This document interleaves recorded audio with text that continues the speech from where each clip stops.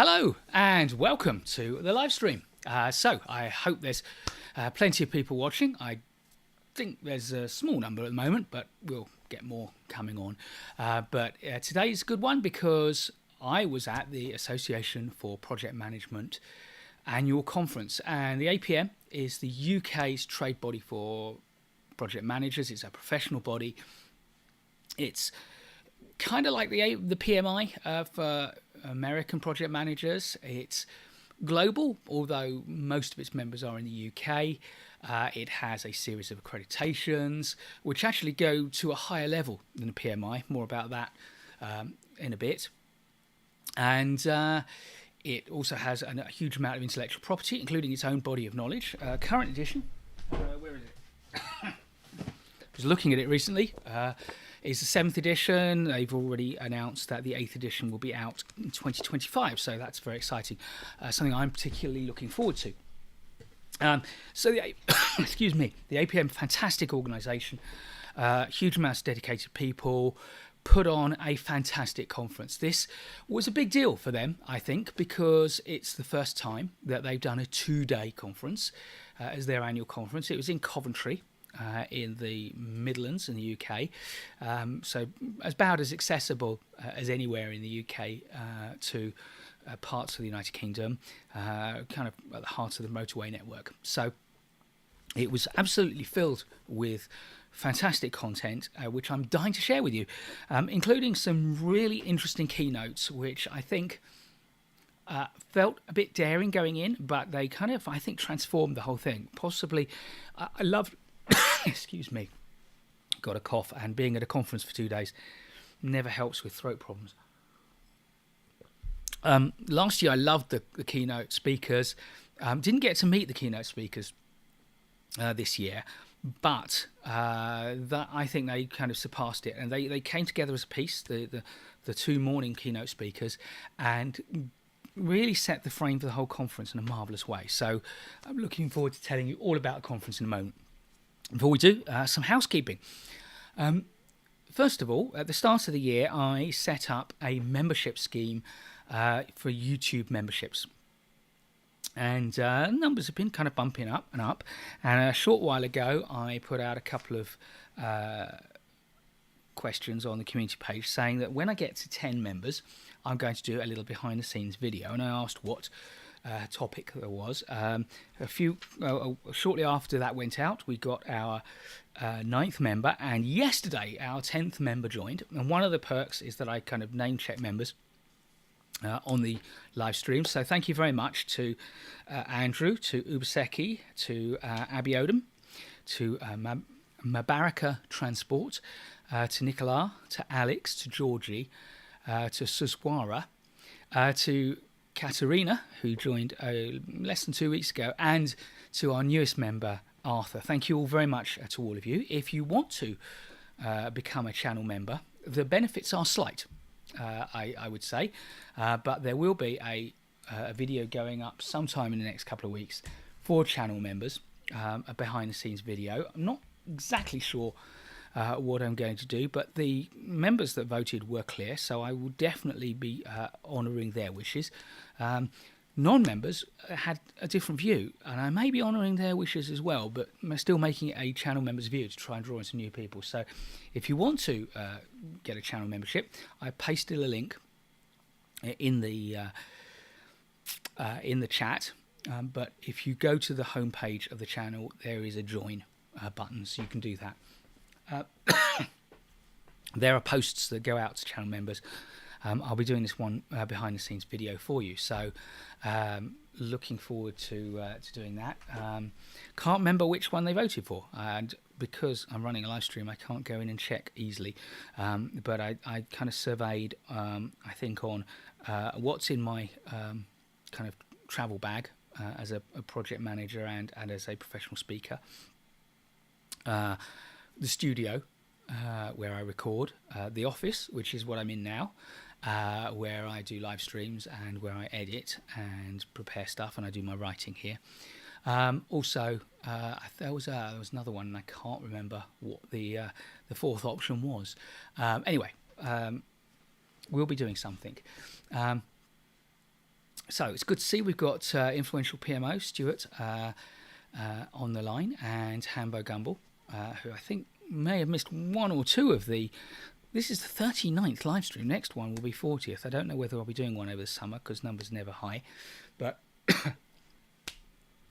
I don't think Hambo's been on every single one of the 39, but it feels like it. So most of them. Oh, by the way, a little bit of a brag, not so humble. You can see over my shoulder, just over there. Yep, that is a silver play button. That is the thing. In fact, to prove it's not...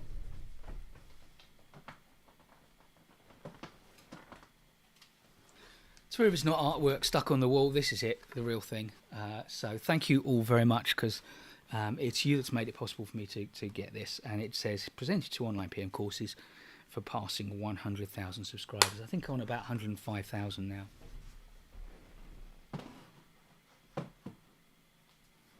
So thank you all very much for that. Before we get on, I thought I'd do a little roundup of books. So it's been a good it was a couple of months since the last live stream. So what books have... I'm sure there are more that have come across my desk in that time, but the ones that I found today, firstly, How to Do the Inner Work.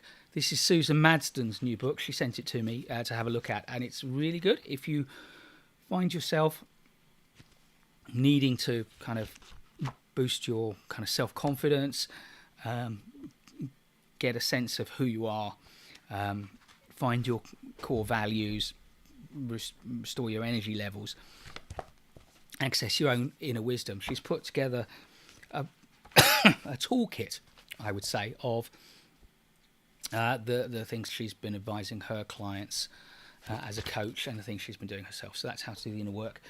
I finally got hold of a copy of Benefits Realization Management from PMI, largely because I'm interested in benefits realization management. It's monstrously expensive. I managed to pick up a copy at a reasonable price. Still looking for the APM equivalent. This is still in its cellophane. Looking forward to opening this.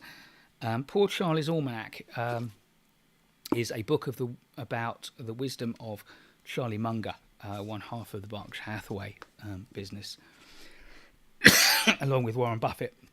I have another book of his wisdom, and this has been out of print for a long time. They've just brought it into print in a magnificent, handsome hardback, and so I had this on order for the best part of a year, and it arrived recently.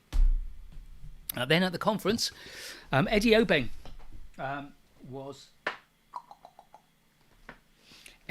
was really influential to me as a young project manager. He came spoke when I was at Deloitte. We had his book. I read it cover to cover, and it changed my thinking. When I left Deloitte, I bought myself the paperback. We had the hardback. All changed. The Project Leader's Secret Handbook. The new edition is out, and he was selling it at the conference. So here it is, All Change, from Eddie Obeng, which I was waving my £20 note at him, and he said no, and refused to take the money, and wrote a lovely inscription in there as well. So thank you, Eddie, for that. I'll be saying a little bit about what he had to say at the conference. And then Stuart Easton is another friend of the channel. There's interviews with Eddie Obeng and Stuart Easton. Hoping there'll be one with Susan Madsen soon. We've got a date in the diary to plan, and then we'll get a date in the diary to record. Stuart recommended this book, and again, very generously gifted me a copy of The Impact Engine by Laura Bernard, which is about strategy delivery for PMO and transformation leaders. The other book that I have got, but not in hard copy, I'll be saying a bit more about it on the channel, hoping to do an interview, but the Transformation Leadership Body of Knowledge is now out, and I have a electronic copy of that. I'll be interviewing the author, whose name is Tony Lockwood, shortly to talk about that for you. So lots of good stuff, but you've actually come for the APM conference rundown. So let's pop a slide up. Actually, let's do this to start with.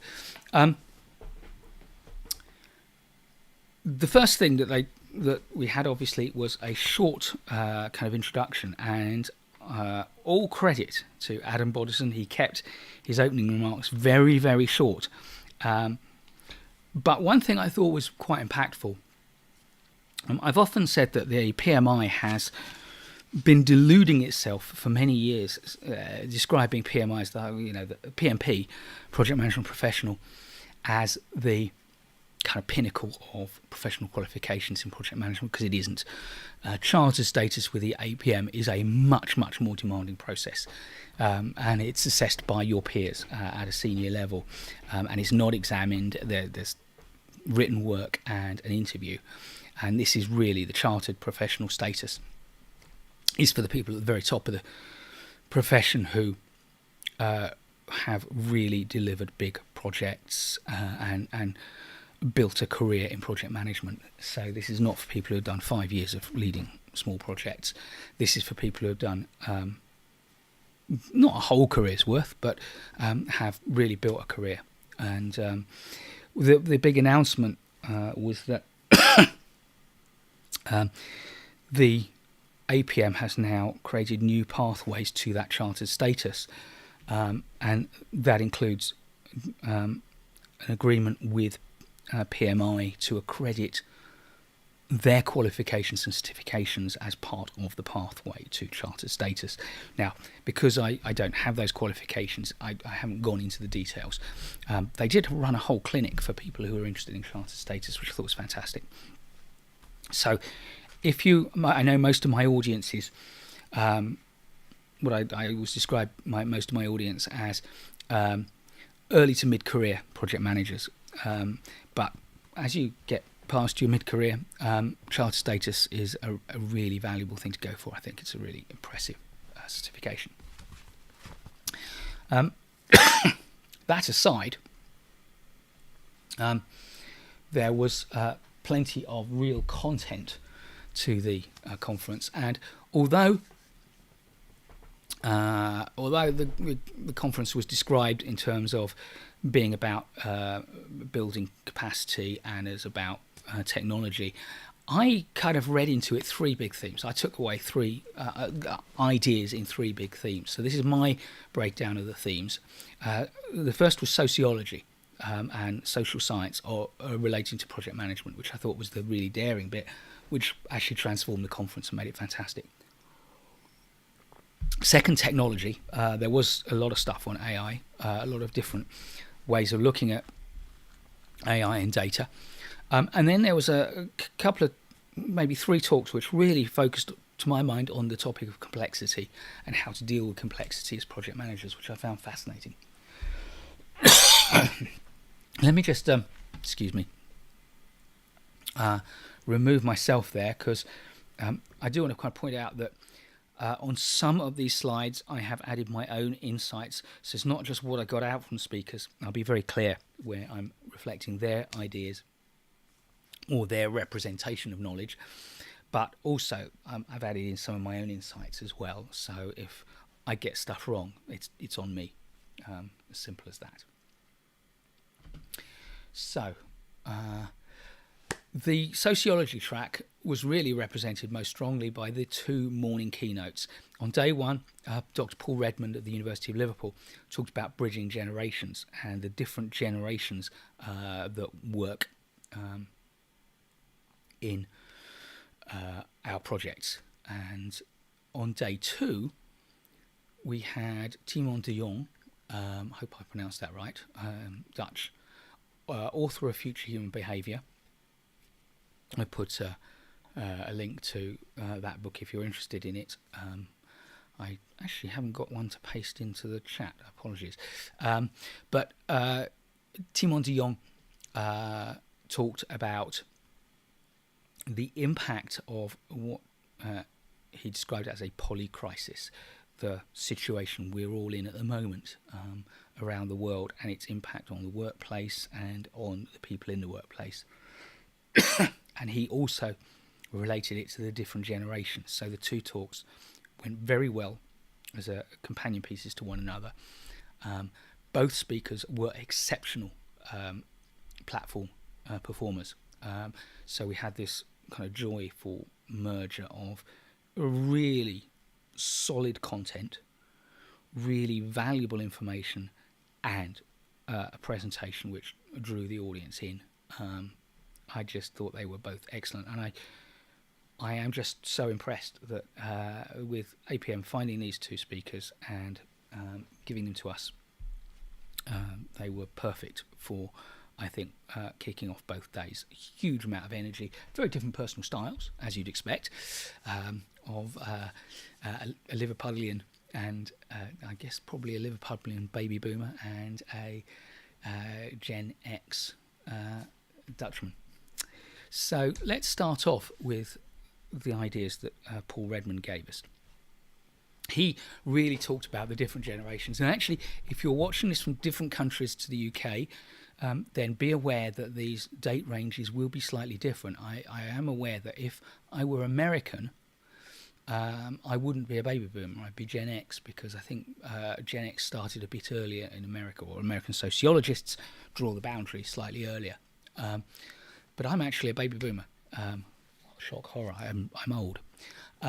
And my wife is Gen X, so we're different. We're very different people, but we're both very, very close to the boundary. So baby boomers, the group of adults now who grew up in the baby boom that followed the second small disagreement, as one of my favourite YouTubers describes the Second World War. The second small disagreement, service personnel came back and created a boom in babies, and also civilian populations felt this sense of relief and freedom. Baby boomers are largely optimistic, idealistic, to some extent repressed, I would say. We work hard, and we are absolutely committed to making the world a better place. And when we're confronted with problems, then we look for solutions.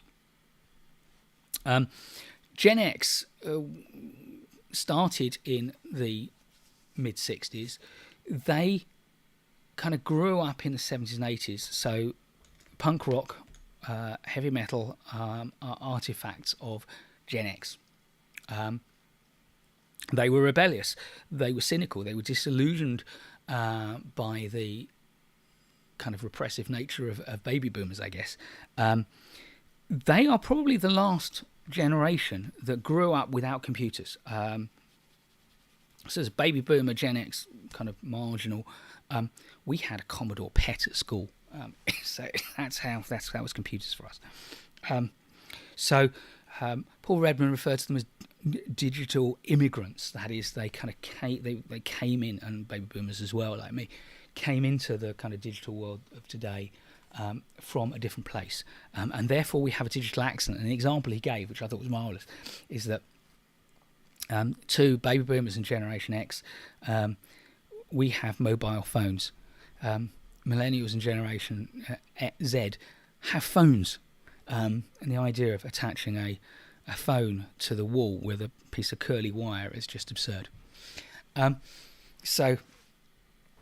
of course, Gen X are largely the bosses of most organisations. Some baby boomers left in the workplace, like me, still working. We haven't retired yet. By the way, baby boomers extremely rich. Apparently, shockingly, in the UK, baby boomers own 85% of the country's wealth. Now, let's not forget that King Charles is a baby boomer. But I certainly don't. I don't own 85% of the country's wealth on my own, but I do feel comfortable. I feel comfortable enough, as many of you who are listening know, to give some of my time this year, commit some of my time this year, 40 hours this year, to free mentoring for people who cannot afford it but need it, largely project managers. Now, millennials are probably the largest generation in today's workplace. A lot of them are now managers, middle managers, frontline managers, and they are managing Gen Z. Now, they grew up with technology. Therefore, they're referred to as digital natives, the first digital natives. And also, because of that, they've never really been bored, because they've always had access to digital entertainment, whether it's social media, whether it's video on demand, all this stuff. And that's important because it's when we're bored that we get creative. Now, does that mean millennials aren't creative? No, it doesn't. But it means that they have a different approach to creativity, I guess. This is the generation that we're advised to grow up and follow your passion. Arguably not great advice. Follow your talent is probably better advice because that becomes your passion. Interestingly and relevantly for something I'm going to say in a minute, they hate having difficult conversations because they like to avoid conflict. Now, Paul Redmond articulated Generation Z as a huge generational shift. For them, computing, communication, and consumption are ubiquitous. And anyone who is on this call who has a Generation Z child, as I do, will know exactly what that means. As a result, they do find it hard to concentrate, to hold their attention, to remember stuff, and to prioritize stuff, and to plan stuff. And that is a real challenge in the workplace, to get and hold their attention. Also, they want to talk about their feelings, which is a huge challenge for millennial managers who want to avoid conflict, because feelings can drive conflict. It's actually, he quoted this fantastic statistic that 44% of Gen Z check their social media profile every hour, which makes them sound like YouTubers to me. And this all leads to what he describes continuous partial attention. They're with you, but they're not fully engaged with you. He said that in the workplace, worker attention spans are typically 3 minutes. And by the way, he said it takes about 23 minutes to get attention back. But for millennials, it's only 12 seconds. And for Generation Z, it's only 8 seconds. So, what did he say that was practical? He said, well, boomers, if you want to lead boomers, you need to leverage their experience, their ethical compass, and their contacts, because they have long backlists of contacts. They are extremely loyal and duty driven, so you can make use of that. But they only really like to communicate one-to-one or by phone. That's not to say, as a boomer, that I don't use other means of communication, but frankly I hate WhatsApp. Generation X want to be independent, and they still want to kind of deep down rebel, but they like efficiency, reliability, and convenience. So you've got to kind of give them an environment where they feel like everything is as easy as it possibly can be. Millennials, on the other hand, like to collaborate. So for them, you need to create a social environment and cultural links, and a really kind of vibrant cultural environment. And of course, we saw this in COVID. Boomers happy to work at home and phone their friends. Gen X got their families. They can work independently, and they can be really efficient if they don't have to go into the office. But millennials hated it because there isn't that real kind of social kind of space for them to join. Generation Z want to be working on digital platforms. They like diversity. They like to be seen and recognised, and they want career development, and they want it fast. They want everything now. So he said 3 things that we need to do to manage this kind of diverse intergenerational workforce. Firstly, we need to give attention to people, to listen to them in the way that they want to be heard. We need to make things as simple as possible, particularly for younger professionals. He quoted a lovely quote from Elon Musk, who has gone somewhat off the rails this morning, if anyone heard in his reaction to Apple's announcements. But he said, any product that needs a manual is broken. And that is very much the modern way. Those of us who are boomers, we get something new, our first, where's the manual? And when the manual isn't there, we assume that we're not going to fix it, not going to be able to make it work. But of course, millennials and Gen Zs will not read a manual. They will just tinker with it, and if they can't make it work, then it's broken. It's very, very kind of familiar to me. And the other thing we need to do is to be ready to answer the question why, which is something I've always said, is that people will not be motivated unless they know the answer to why.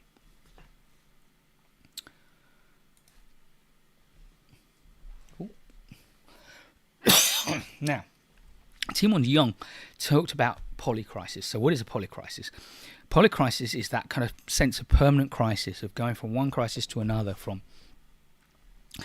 COVID to fuel shortages, to shortages of goods, to the invasion of Ukraine, to more fuel shortages, to the Gaza situation. It just feels like we're going from one crisis to another, and these are intractable crises, and we can never breathe. And so he pointed out that when we have one single crisis, we can go into action mode, we can figure it out and fix it. But with polycrisis, we are just continuously exhausted by trying to deal with it. It's a constant feeling of wave after wave of stuff holding us back. And as a result, we're constantly tired, we're constantly numb to what's going on, we're tense, stressed. And as a result, the UN has declared that there is a mental health pandemic. As a result. So there's one more crisis to add to the polycrisis, which is the mental health crisis. And it's actually young people who are faring the worst. Generation Z did not cope well with COVID. And again, lots of parents will know this from their own children.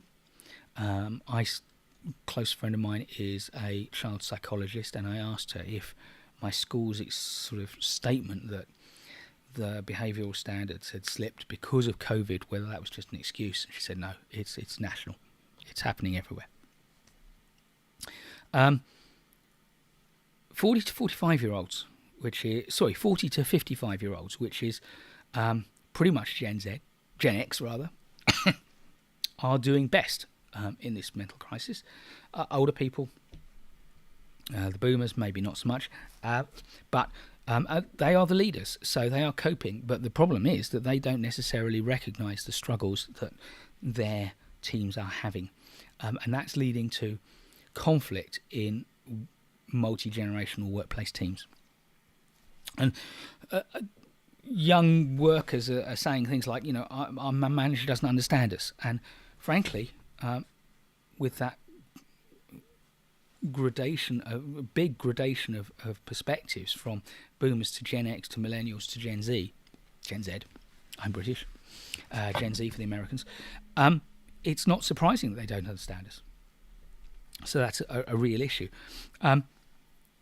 So managers, on the other hand, are looking at particularly Generation Z, who want to talk about their emotions and have grown up in a society where they've not been exposed to failure as much as boomers and Gen X. I mean, there's a joke in British culture that, everything is health and safety gone mad. We see, lots of examples of things made safe. Now, there are lots of good reasons why we should make the world safer for people, but the reality is that children of my generation, Gen X generation, grew up getting hurt in playgrounds, and that is less of a thing now. And all those setbacks that Gen X and boomers had, a lot of millennials and Gen Z kids have actually been able to avoid because they've been protected from them by their parents and by society. And that leads to a sense of entitlement. And if things go wrong, a sense of frustration that can't the problem go away? Can't we fix it straight away? And not a recognition that you need resilience and patience to deal with stuff. So managers are saying, look, my team members They have one little problem and they're in the corner crying, and they're just not resilient, and they need to be resilient. But the reality is that Generation Z really does have a fear of the future. 55% of Generation Z, this is shocking, in Timon's sample, and I don't know what his sample was, I didn't get it down, or he didn't say it, believe that humanity is doomed. Now, it doesn't matter what that sample is, as long as it's in some way a valid sample, and he's a professional sociologist, so it probably isn't. Sorry, that was a cheap shot from a physicist. But seriously, 55% of Generation Z think humanity is doomed. What a way to grow up. Older people are more optimistic about the future, but often they let their pessimism out to the young people around them. So we need to help Generation Z feel connected and heard, and to give them a sense of agency. One of the things he recommended is reverse mentoring. If you are, whatever generation you are, unless you are a Generation Z, and you are a leader in a workplace, get yourself a mentor from one of the generations below you, ideally a Generation Z. Even if you're a boomer, get yourself a Generation Z mentor. Reverse mentor, someone who can tell you what it's like to be that age, because it is very different to what you remember it being like, and what I remember it being like. So this is fantastic. Really, really engaging talk, really valuable content. So thank you very much, Timon. Now, there were a number of sessions available that had artificial intelligence, and I attended 4 where I thought AI and digital technologies were particularly relevant, by Professor Eddie Irving, who I will own up to as being biased. He's a friend. Dev Amratia, who massively impressed me, the only one of these 4 people I didn't know going in, but I have met him now, and I'm talking to him about bringing him onto the channel for an interview. He's a fantastically inspiring chap. Professor Nicholas Dacre, who has also been on the channel, talking about AI. I think the first interview I did about AI was with Nicholas, so I learned a lot from him. And Nicola Benjamin, who is a friend, colleague. I only got to know her very recently, met her for the first time in the flesh at the conference, which was great. She's doing some interesting things in the community, and talking to her about what we can do an interview about for the autumn. Nicholas presented some really interesting assessment of the research that his Advanced Project Management Research Centre is carrying out, based in Southampton University in the UK, which ironically is not very far from me. I think I could be in Southampton in half an hour. I could get to the university in half an hour. I don't think I could park in half an hour. But he and his colleagues presented the research methodology for understanding how digital transformation works and how to make it work better. So this is going to be really exciting research when it's published. I have to say, my general feeling is probably the talk didn't give very much, because it was kind of a signpost for what's coming, and could probably I didn't feel I got a huge amount out of it, but it was nice to meet him again, and also to hear the different approaches they're taking to the research. Dev Amratia was part of a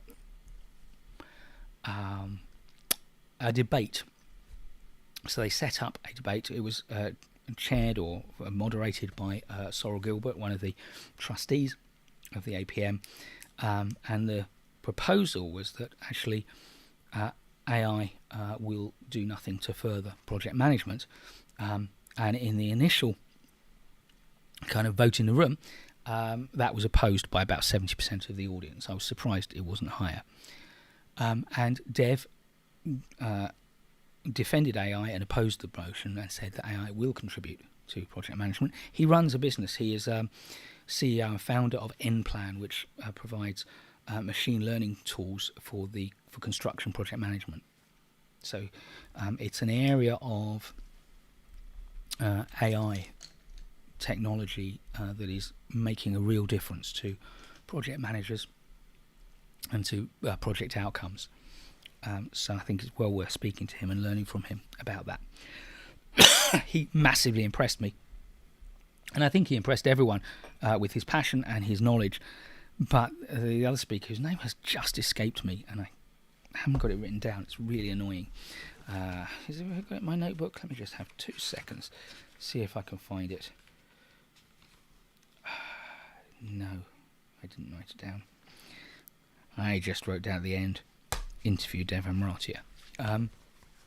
But the proposer raised various concerns about AI, all of which would be familiar to anyone who's interested in it, and actually swung the vote. And it was about 50-50 at the end, which I thought was a satisfying ending, if not necessarily the one I would have voted for.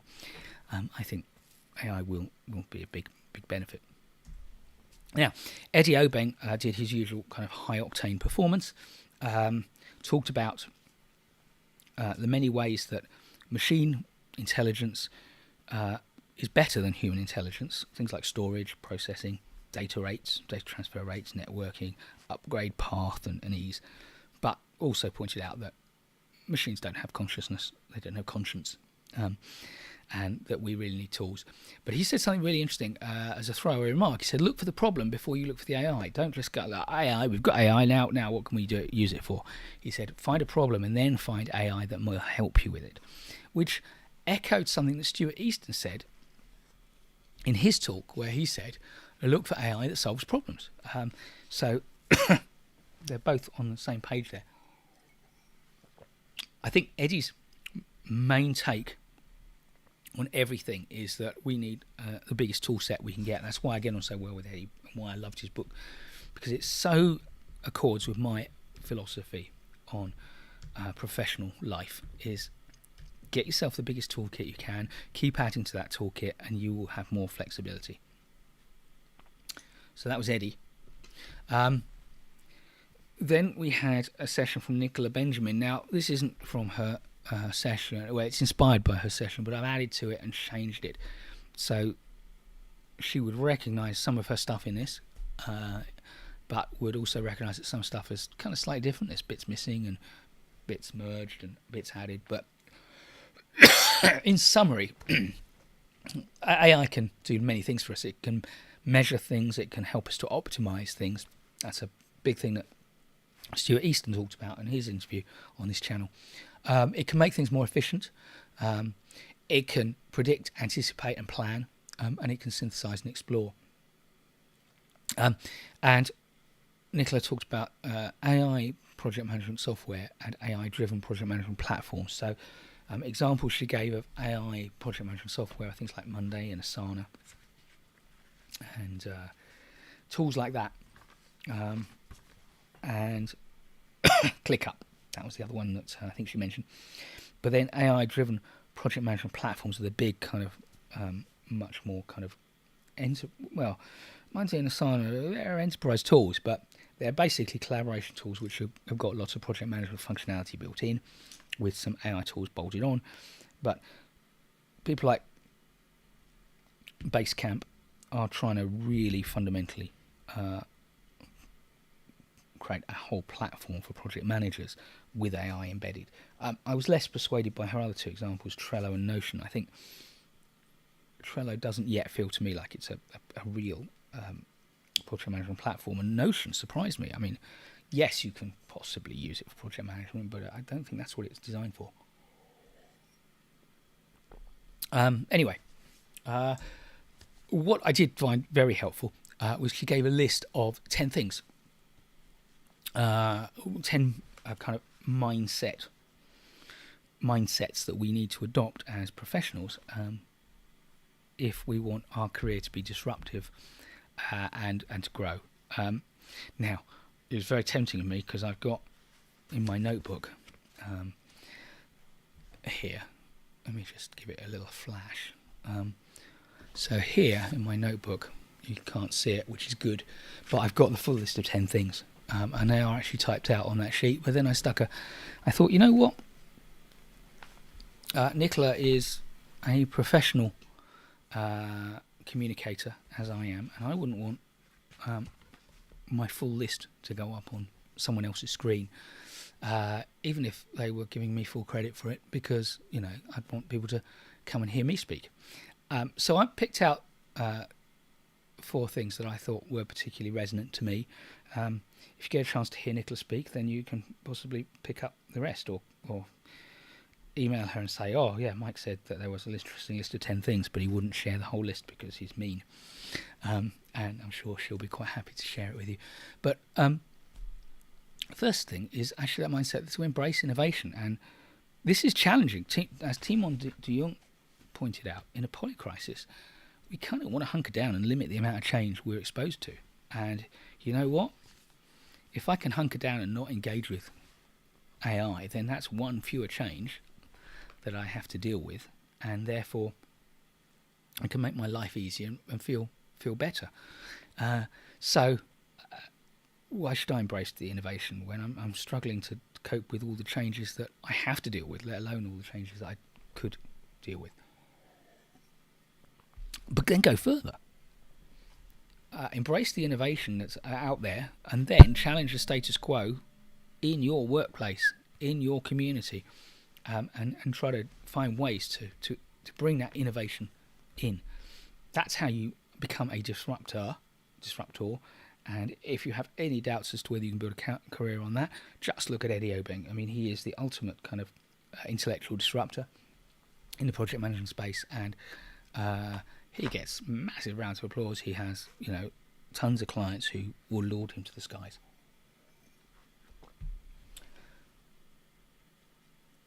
Interestingly, she clearly had written her talk way before hearing Timon de Jong's polycrisis, but her talk was shortly after that plenary, so the timing was absolutely perfect. Said we need to stay resilient. We need to recognise that if we are going to be disruptors, we are going to face setbacks, we're going to face challenge, we're going to face resistance, and it's going to be hard. So we need to stay resilient. And then the last one, measure impact. You know, there is no point in being a disruptor just for the sake of being a disruptor. Anyone can do that. It doesn't take any great intellect. It doesn't take any. All it takes is a commitment to disrupt, and everyone can throw eggs at someone else, and that's disruptive. But what makes it worthwhile is the impact that disruption has on the outcomes that are of value. Are you improving society? Are you improving sustainability? Are you improving the natural world? Are you making people happier?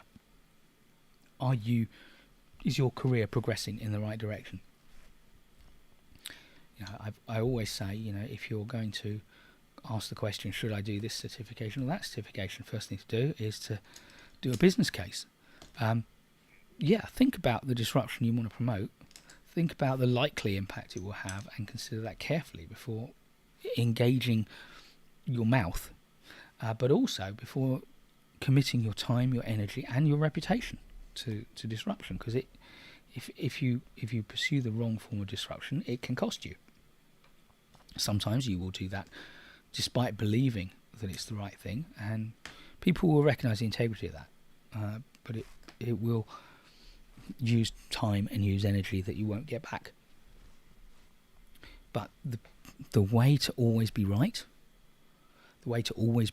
is, of course, to be ready to change your mind when new information comes forward. So constantly measure the impact, and excuse me, if the disruption isn't having the results you want, well, then step back, reconsider, clarify what's going on, think about your options, one of which is to stop, one of which is to continue, one of which is to modify, and then proceed and continuously evaluate.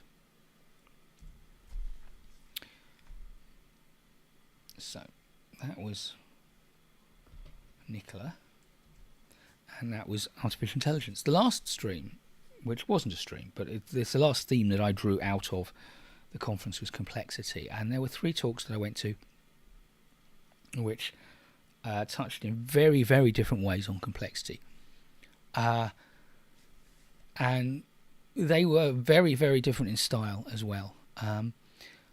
So first up, we had Stuart Easton of Transparent Choice. Now, the business of Transparent Choice, and Stuart's deep expertise, is not AI.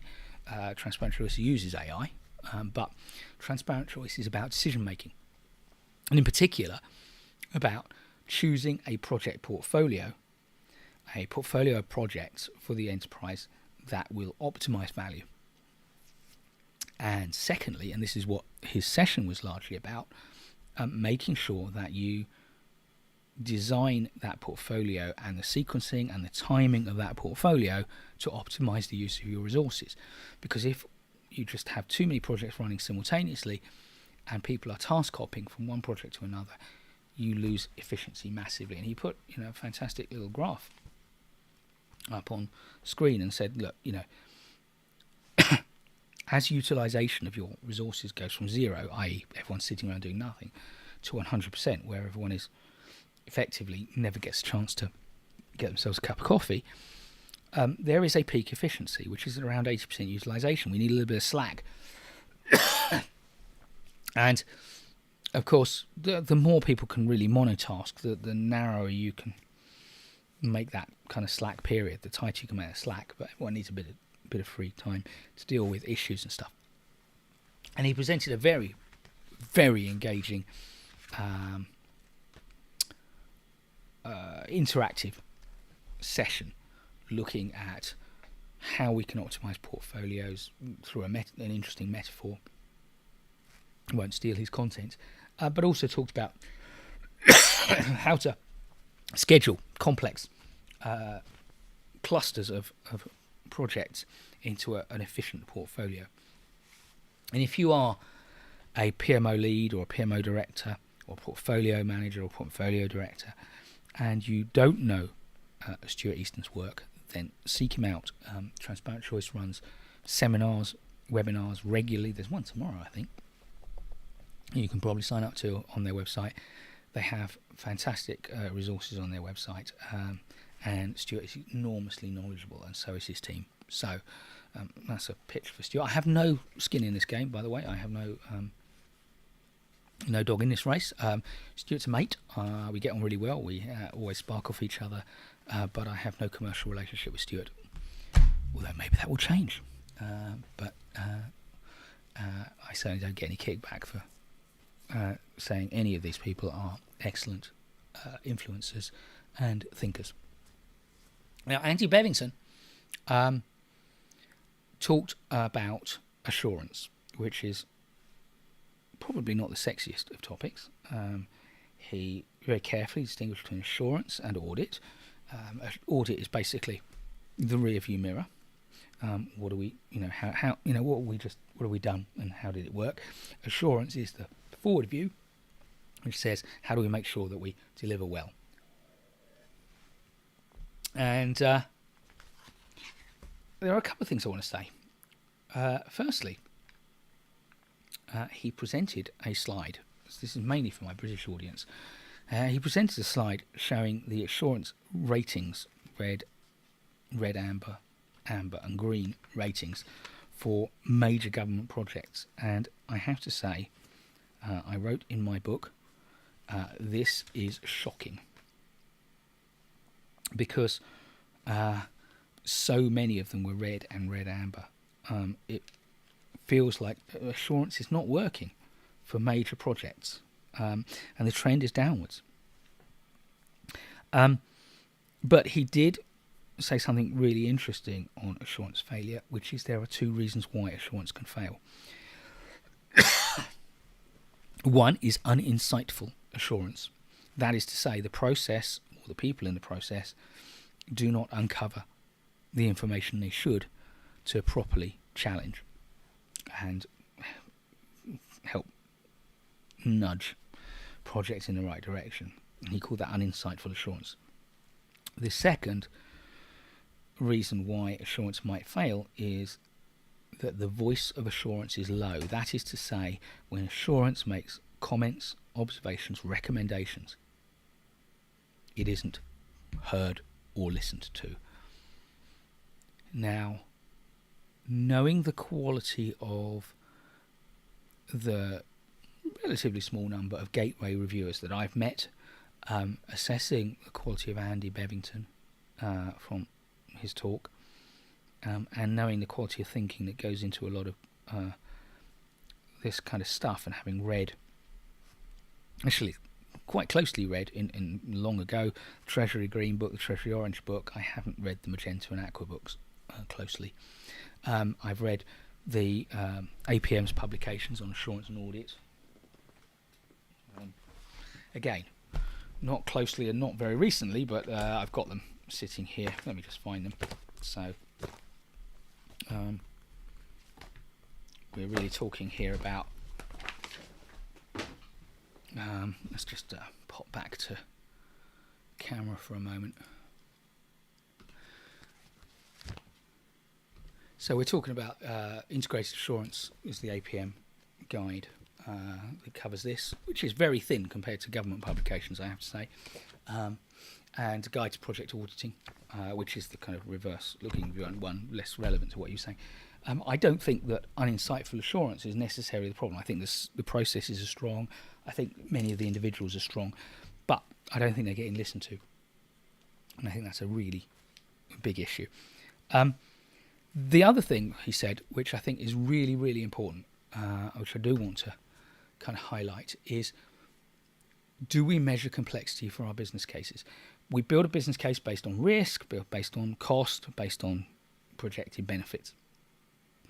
But do we measure complexity? Now, he made the point that in government, in the UK, government projects do have risk potential assessments, which include an assessment of complexity as part of the risk. But he made the case for actually thinking about complexity as a thing in itself and tracking that.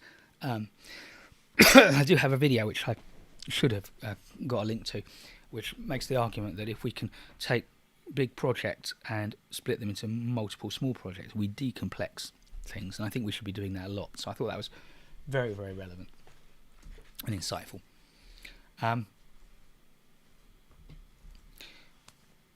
The last talk that I went to, because I had to get back home and I missed the closing keynote, and I'm gutted about it because I was really excited for it, but just couldn't make it work with timing and family commitments. But for, I have to say, very, what's the right word? Experienced project managers. I think, in some high criticality areas, like nuclear decommissioning and things like that. Not the most riveting of presentations. I think it was over-rehearsed and over-prepared. We were promised a conversation, but they all seem to be reading their bit of a planned conversation, which was a shame, because these are real experts. These are deep experts. APM has renamed its special interest groups to something else. They're not SIGs anymore. Can't remember what they are, but they're basically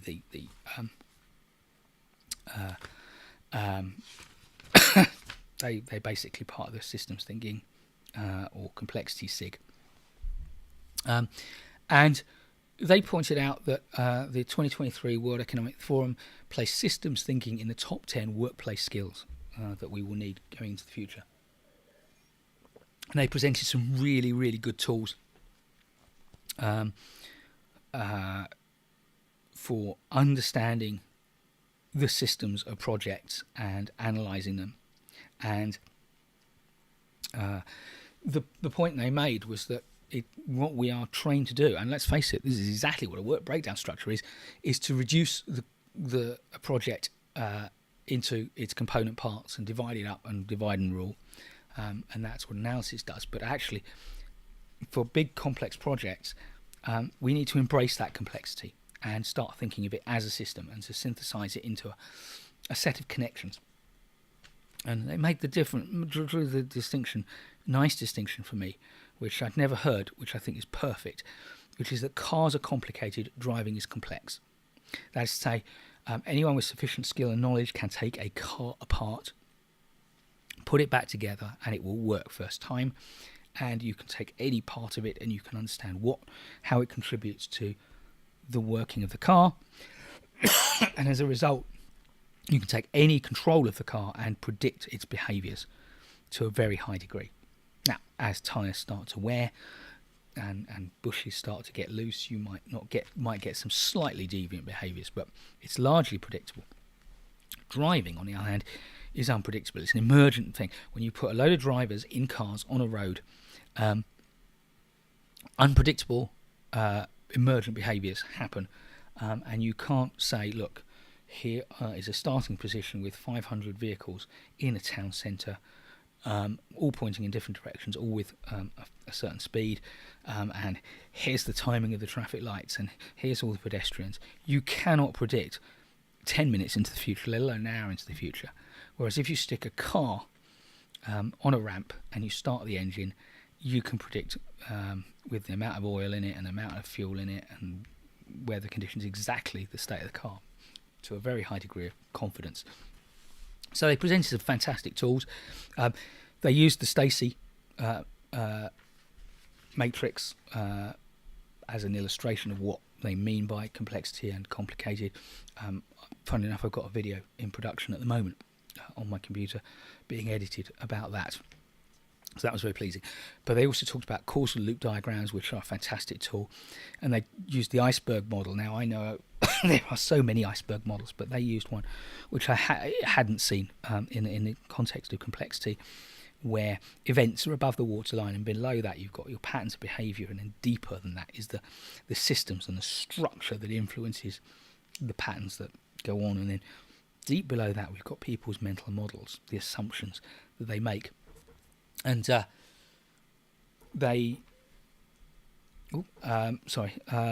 mistake. They talked about a number of key principles that we need to bear in mind when working with complex projects. First, we need to keep our focus on effectiveness, not on efficiency, because it's hard to optimize something you don't fully understand. We need to focus on the bigger picture and understanding it rather than trying to break it down. We need to recognise that the structure of the system drives the behaviour, and that the mental models of the people in the system define their reality. We need to make all of our assumptions explicit, and we need to test them and continue to test them, because the situation may change. And we need to try to look at our situation from different perspectives to increase our understanding. So that was the key principles they said, and I found that really a fantastic way to end the day. Although it's not how I would have wanted to end the day. I would have liked to have gone to the closing keynote. I apologise, didn't manage to get there, but that just gave me so much to think about. And I know the APM has a book very similar to the ones I showed you on systems thinking, and I have ordered a copy because I want to learn more about this. I looked at systems thinking years and years ago, but not in the context of project management, and it's great to see that there are people out there who are thinking about this and using this, and we need to do that much more. Before I kind of put my camera back on and take questions, and I know there's not that many people still on the call, but I did want to kind of promote a couple of things, because need to try and make a bit of money. Firstly, of course, if you want to join the channel, become a channel member, I think it's $5, $4 a month, £5 a month, £4 a month. I think it's $5 or £4 a month, or whatever your local equivalent is. You don't get anything of any real value for that, but if you want to support the channel, the other way, of course, you can support the channel is with a one-off gift and to buy me a coffee. And so I'm going to cheekily paste that in there. You'll never notice this is me soliciting cash, but you don't have to, because I'm a baby boomer and I own 85% of the country. But I've also been looking at my Amazon sales, and I've written, as you know, because I say it so often, 14 print books for major publishers like Pearson and Marshall Cavendish and Macmillan, Palgrave Macmillan, and Capstone Wiley. But actually, my best-selling books at the moment are 3 self-published books, and they're all based on digital products that are available, have been available on my website. But they're now available in print format. The project management checklists, my project management templates, and my secret success formula. So what I'm going to do is paste links to those into the chat for anyone who fancies picking those up. It's a little cheaper than buying the digital version, but of course you can't cut and paste from a book, so it should be a little cheaper. But on the other hand, if you're like me, having a book on your shelf is just much better than having a file on your computer. But then probably if you're a millennial or a Gen Z, you'll think, why do I want a chunk of paper, a bit of old tree sitting on a shelf when I could actually have it useful and not wasting space? So that's actually all I really wanted to say on this. So let's go back to me. I'll turn my back on you, shall I? So well rehearsed.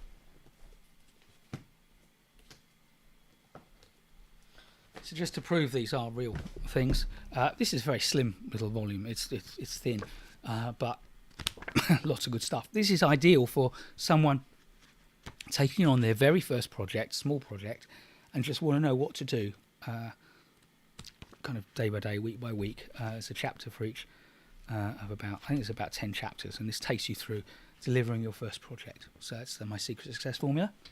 A bit chunkier. My templates.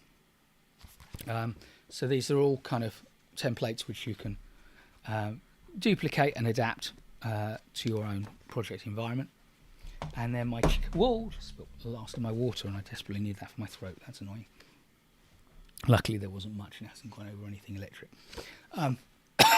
Project management checklists. So loads of checklists here for all sorts of areas of project management. So this covers project definition checklists, basic project checklists, business case checklists, stakeholder engagement, governance checklists, planning checklists, team management checklists, risk management checklists, project delivery checklists, closure checklists, handover checklists, and yes, bonus checklists as well. So I don't know how many there are, but I'm going to go with probably about 70 or 80 checklists in here. So this will kind of make sure you don't miss anything. Similar kind of coverage in templates, but this will kind of give you a way to... now, a lot of people say to me, isn't project management about ticking boxes and filling in forms? Which this kind of makes it look like it is. No.